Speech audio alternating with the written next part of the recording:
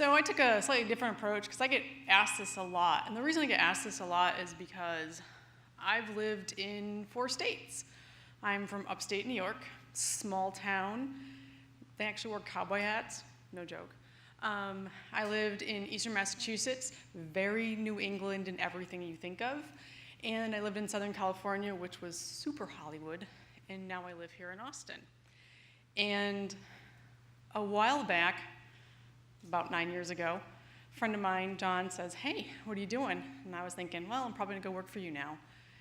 I said, "Where are you at?" He says, "I'm in Austin, Texas." And I'm like, "Texas?" He goes, "It's not what you think." Yeah. I was like, I hope not, because if it is, I ain't moving.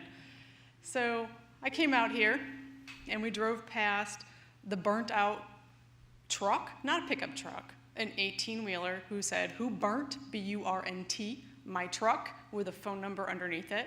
And I'm thinking, this is not a good start. But it got a lot better. So why do I like Austin?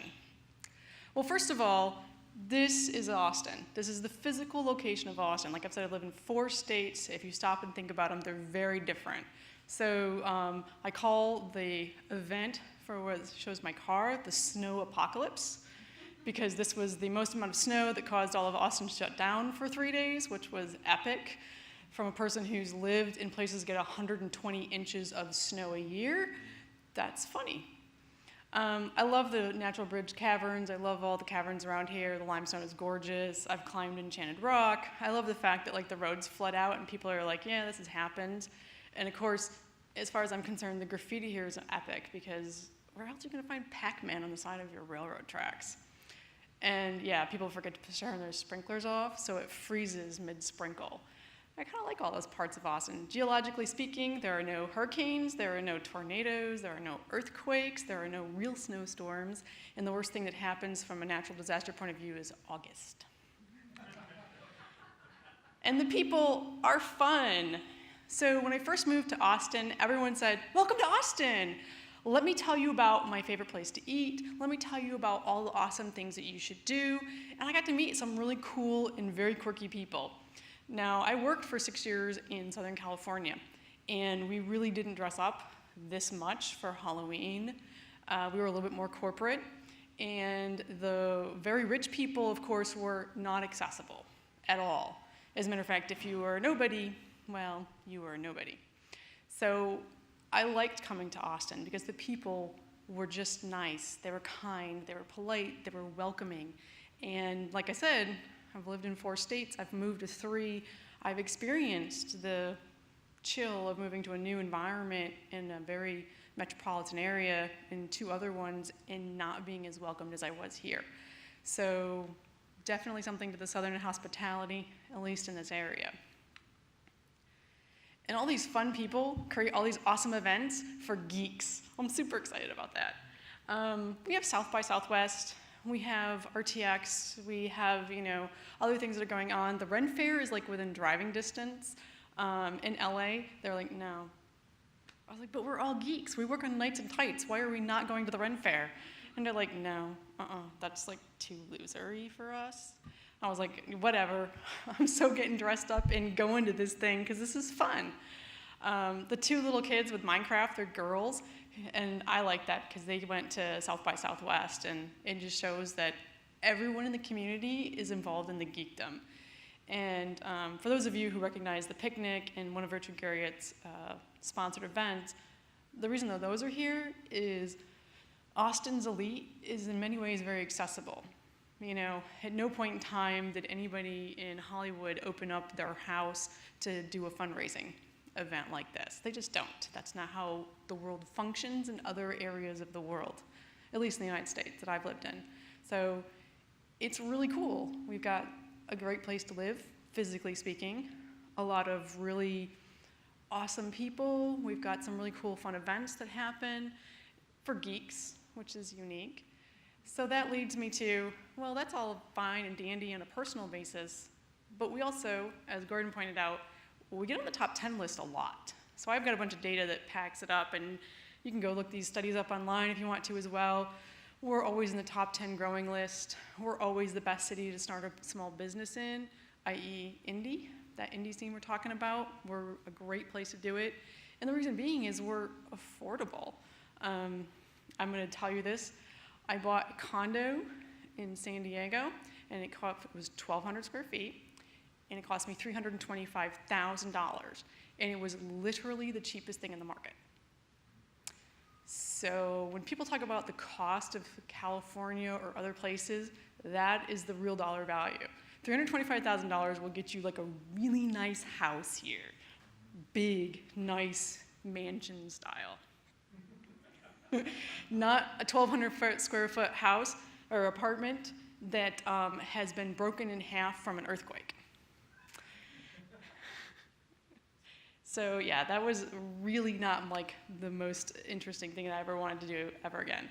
Anyway, we have some good nightlife scenes, so if you're interested in that sort of stuff, but we're also the fastest recovering from the economic recession, which means we have a lot of resilience. We can take our hits and we can bounce back.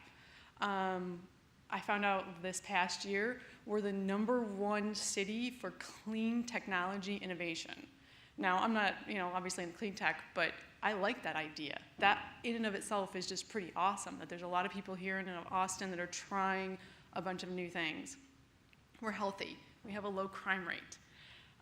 When I was living elsewhere, we started out, the area was relatively safe. By the time 3 years later happened, there had been 2 shooting deaths within a block of my new home. So that was really strange, and it was kind of suburbia. I was not really cool with that. And to back up what Gordon said, we're actually in the top 7 intelligent communities globally.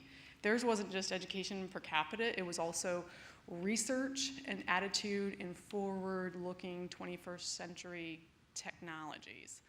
So Austin has a ton of stuff going for it.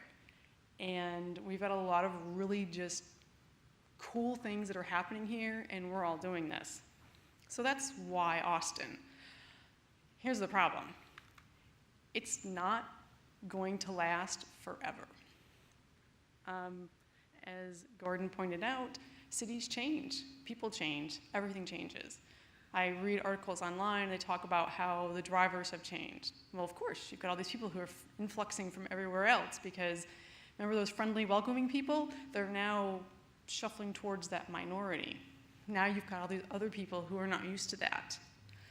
So if we want Austin to grow, which it's going to do whether we want it to or not, so let's not even say that. As Austin grows, if we want it to stay awesome, we as a community need to interact with everyone else. Here's a little sad fact for you. The Austin Technology Council found out that there was a game community this July. That's how quiet and uninvolved we are in our local community. We are so quiet and uninvolved, 1,000 other companies had no idea we were in industry here.